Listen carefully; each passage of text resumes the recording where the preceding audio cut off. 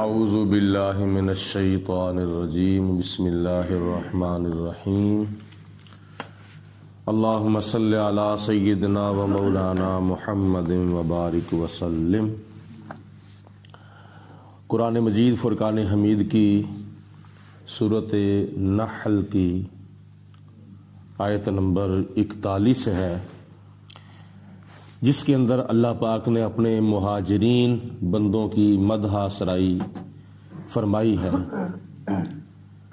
والذین ہاجروا فی اللہ، اور وہ لوگ جنہوں نے اللہ پاک کی راہ میں ہجرت کی اپنے دین کی خاطر، اسلام کی خاطر، من بعد ما ظلموا، ظلم برداشت کرتے ہوئے، ظلم برداشت کرنے کے بعد جنہوں نے اللہ پاک کی راہ میں ہجرت کی۔ مفسرین نے لکھا ہے کہ ان مہاجرین سے مراد وہ مہاجرین ہیں جنہوں نے مکہ المکرمہ سے حبشہ کی طرف ہجرت کی تھی۔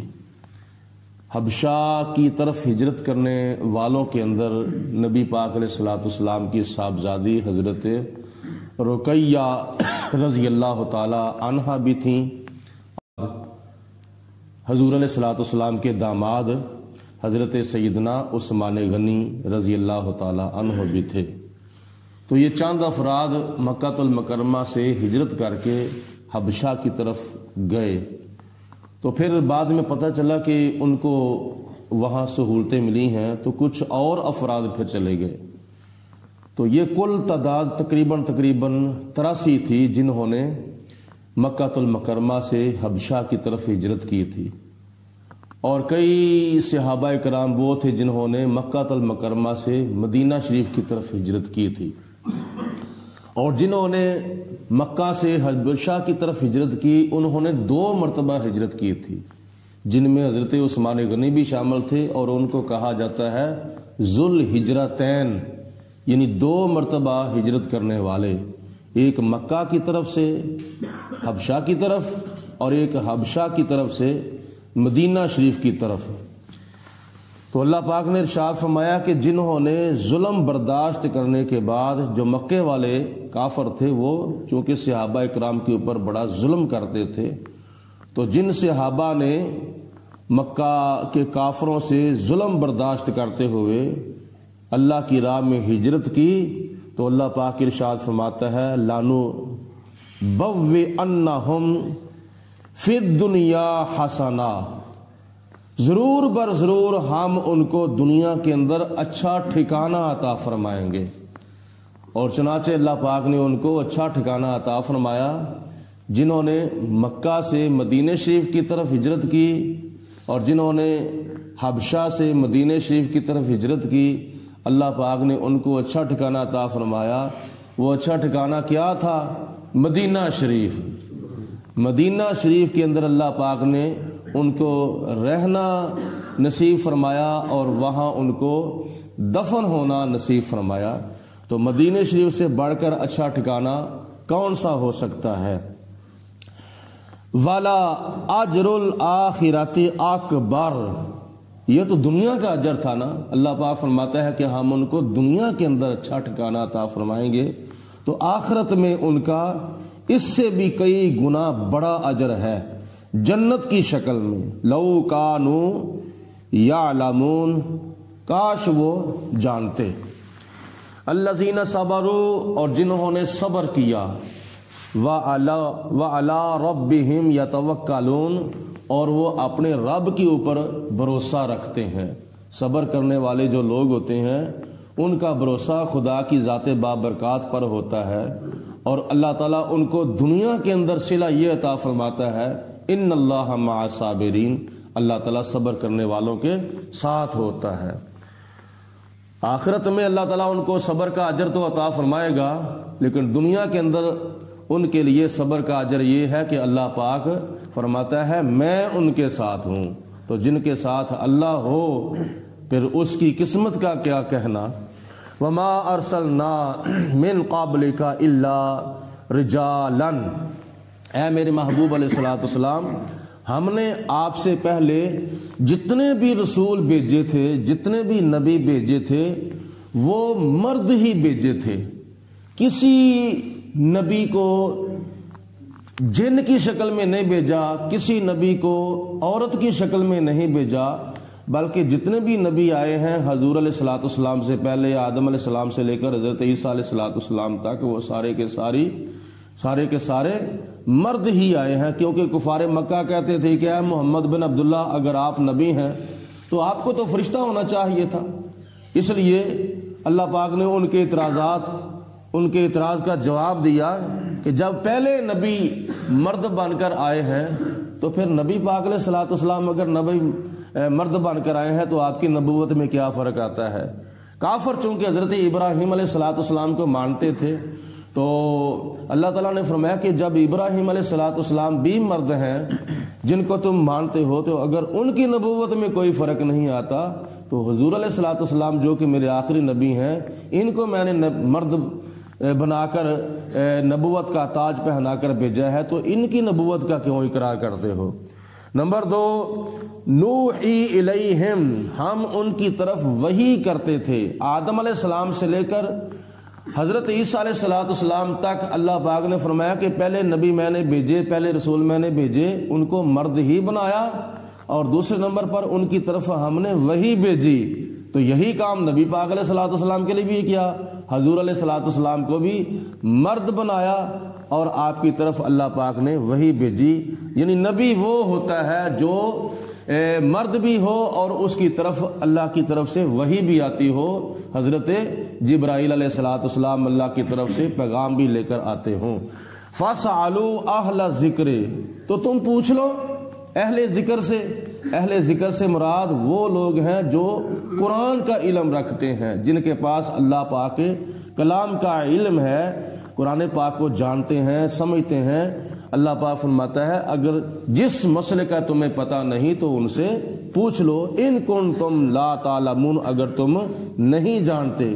یہاں پہ یہ بھی معلوم ہوا کہ اگر کسی کو کسی مسئلے کا پتہ نہیں تو اس کو پوچھنا چاہیے کہ میں کہیں غلطی تو نہیں کر رہا، لہذا میرے نیک اعمال کی اصلاح کرو۔ بالبینات والزبر، اللہ پاک فرماتا ہے کہ تمام رسولوں کو، تمام نبیوں کو ہم نے واضح دلیلیں دے کر بھیجا، اور ان میں کچھ رسول ایسے تھے جن کو ہم نے کتابیں دے کر بھیجا۔ مثلا داؤد علیہ الصلوۃ والسلام کو زبور دے کر بھیجا، حضرت موسیٰ علیہ السلام کو تورات، حضرت عیسیٰ علیہ السلام کو انجیل، اور ہمارے پیارے نبی حضرت محمد مصطفیٰ صلی اللہ علیہ وسلم پر اللہ تعالیٰ نے قرآن مجید آخری کتاب نازل فرمائی ہے۔ اس لیے کہ لے تو بینا للناس، تاکہ آپ اے میرے رسول دنیا کے اندر لوگوں کے سامنے آپ بیان فرمائیں وہ احکامات ما نزل الیہم، جو ہم نے ان کے لیے احکامات نازل کیے ہیں قرآن پاک میں، وَلَعَلَّهُمْ يَتَفَكَّرُونَ، تاکہ وہ اپنی دنیا کی زندگی اور آخرت کی زندگی کے بارے میں غور و فکر کریں۔ آفا آمن الذین مکروا السیئات، کیا یہ لوگ بے خوف ہو گئے ہیں جو مسلمانوں کے خلاف طرح طرح کے مکر کرتے ہیں، منصوبے بناتے ہیں، سازشیں کرتے ہیں۔ این یخسف اللہ بہم الارض، ان کو یہ نہیں فکر، ان کو یہ پتہ نہیں ہے کہ اللہ پاک چاہے تو ان کو زمین کے اندر دھنسا بھی سکتا ہے، جیسے قارون کو اللہ پاک نے زمین کے اندر اس کے مال، اس کے خزانوں کی کنجیوں سمیت زمین کے اندر دھنسا دیا تھا۔ او یاتیہم العذاب، یا اللہ پاک کوئی اور ان کے اوپر عذاب لے آئے، من حیث لا یشعرون، اور وہاں سے عذاب لے آئے جہاں سے وہ جانتے بھی نہیں ہیں۔ تو خدا تعالیٰ نے فرمایا کہ ان کفار مکہ کو یہ ڈر نہیں ہے، یہ خوف نہیں ہے، اتنے یہ بے خوف ہو چکے ہیں۔ او یاخذہم فی تقلبہم، یا اللہ تبارک و تعالیٰ ان کو چلتے پھرتے عذاب نازل کر دے ان کے اوپر، فما ہم بموجزین، تو یہ جہاں مرضی چلے جائیں، آگے بھاگیں پیچھے بھاگیں دائیں بائیں جہاں مرضی بھاگ کے چلے جائیں، لیکن یہ اللہ پاک کی ذات بابرکات کو عاجز نہیں کر سکتے۔ ان کفار مکہ کو اتنا ڈر نہیں ہے کہ خدا تعالیٰ چاہے تو ان کو زمین کے اندر دنسا بھی سکتا ہے، یا ان کے اوپر چلتے پھرتے عذاب بھی نازل کر سکتا ہے، اور یہ خدا کی ذات بابرکات کو عاجز نہیں کر سکتے۔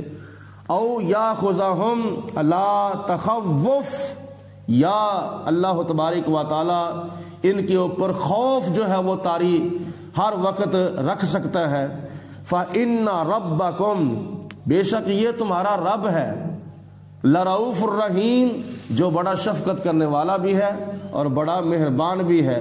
تو خدا تعالیٰ کی شفقت اور خدا کی مہربانی حاصل کرو، اللہ پاک کا غضب اور خدا کا قہر حاصل نہیں کرنا چاہیے۔ اولم یروا الی ما خلق اللہ من شیء، اے میرے رسول علیہ السلام، کیا ان کافروں نے، مکے کے مشرکوں نے کیا یہ نہیں دیکھا کہ اللہ پاک نے جتنی بھی مخلوقات پیدا کی ہیں وہ ساری کی ساری مخلوقات، ان کے بارے میں کیا یہ غور نہیں کرتے؟ یتفیأ ظلالہ عن الیمین والشمائل سجدا للہ، کیا یہ غور نہیں کرتے کہ جتنے بھی اللہ تعالیٰ نے مخلوقات پیدا کی ہیں وہ مخلوقات کے جو سائے ہیں وہ اللہ پاک کی ذات بابرکات کو سجدہ کرتے ہیں۔ اس سے مراد یہ ہے کہ زوال کا جو ٹائم ہے نا، کچھ علماء نے یہاں پہ اس کی وضاحت فرمائی ہے کہ زوال کا جو ٹائم ہے، زوال سے پہلے جو سایہ ہوتا ہے وہ بھی اللہ پاک کی ذات بابرکات کو سجدہ کرتا ہے، کبھی دائیں جھکتا ہے کبھی بائیں جھکتا ہے، اور جو زوال کے بعد سایہ ہوتا ہے وہ بھی اللہ پاک کی ذات کو ہر مخلوق کا سایہ جو ہے وہ سجدہ کرتا ہے، کبھی دائیں جھکتا ہے کبھی بائیں جھکتا ہے۔ کافر سجدہ کریں یا نہ کریں، مشرک سجدہ کریں یا نہ کریں، کافر جن سجدہ کریں یا نہ کریں، اللہ پاک فرماتا ہے کہ تمام مخلوقات کے جو سائے ہیں وہ مجھے سجدہ کر رہے ہیں۔ کبھی سجدہ کرنے کے لیے دائیں جھکتے ہیں کبھی بائیں جھکتے ہیں، یعنی زوال سے پہلے اور زوال کے بعد، زوال کے ٹائم سے پہلے اور زوال کے ٹائم کے بعد۔ وَهُمْ دَاخِرُونَ، اور وہ سائے اللہ پاک کی بارگاہ میں عاجزی انکساری کا اظہار کرتے ہیں۔ تو جب مخلوقات کے سائے بھی اللہ پاک کی ذات بابرکات کو سجدہ کرتے ہیں تو پھر کافروں کو سمجھ لینا چاہیے، مشرکوں کو سمجھ لینا چاہیے کہ جب ہمارے سائے سجدہ کرتے ہیں اللہ پاک کو تو پھر ہمیں کیا تکلیف ہے۔ وَلِلَّهِ يَسْجُدُ مَا فِي السَّمَاوَاتِ وَمَا فِي الْأَرْضِ، زمین و آسمان کے درمیان جو کچھ بھی ہے وہ سارے کا سارا اللہ پاک کی ذات بابرکات کو سجدہ کرتا ہے۔ وَلِلَّهِ، اور اللہ تعالیٰ کے لیے، یسجد، سجدہ کرتا ہے، ما فی السماوات، جو مخلوقات آسمانوں میں ہیں، وما فی الارض، اور جو مخلوقات زمین میں ہیں، من دابۃ، یہاں تک کہ جو زمین کے اوپر چلنے والے چوپائے ہیں وہ بھی اللہ پاک کی ذات بابرکات کو سجدہ کرتے ہیں۔ مثلا ان کے سجدے، ان کے سائے جو ہیں وہ اللہ پاک کی ذات کو سجدہ کرتے ہیں۔ والملائکۃ، اور زمین و آسمان کے درمیان جتنے بھی فرشتے ہیں وہ سارے کے سارے اللہ پاک کی ذات کو سجدہ کرتے ہیں۔ وَهُمْ لَا يَسْتَكْبِرُونَ، اور وہ تکبر نہیں کرتے، یعنی سجدہ نہ کرنا یہ تکبر ہے اور سجدہ کرنا یہ عاجزی انکساری ہے۔ تو تکبر اللہ تعالیٰ کی ذات کو پسند نہیں ہے، اللہ پاک کی ذات کو تو عاجزی انکساری پسند ہے، کیونکہ یخافون ربہم من فوقہم، وہ ہر وقت اللہ تعالیٰ کے خوف کو اپنے اوپر طاری رکھتے ہیں، سوار رکھتے ہیں اپنے اوپر، یعنی ہر وقت خوف جو ہے اللہ تعالیٰ کی ذات کا ان کے اوپر سوار رہتا ہے۔ یہ رکوع کی آخری آیت کا آخری جملہ پڑھنے لگا ہوں، اور یہ جو آخری آیت ہے اس رکوع کی، یہ آیت سجدہ تلاوت ہے۔ تو اب یہ آیت ختم ہونے والی ہے تو سب حضرات سجدہ تلاوت بھی کریں گے۔ اللہ پاک ارشاد فرماتا ہے کہ یہ لوگ کیا کرتے ہیں، ہر وقت اللہ تعالیٰ کے خوف کو اپنے اوپر سوار رکھتے ہیں، صبح شام دن رات ہر وقت اللہ پاک سے ڈرتے رہتے ہیں۔ وَيَفْعَلُونَ مَا يُؤْمَرُونَ، اور یہ سارے کے سارے وہ کام کرتے ہیں جن کاموں کا اللہ پاک نے ان کو حکم دیا ہے۔ رب العالمین کی ذات ہم سب کو عمل کرنے کی توفیق عطا فرمائے۔ سارے حضرات سجدہ تلاوت کریں۔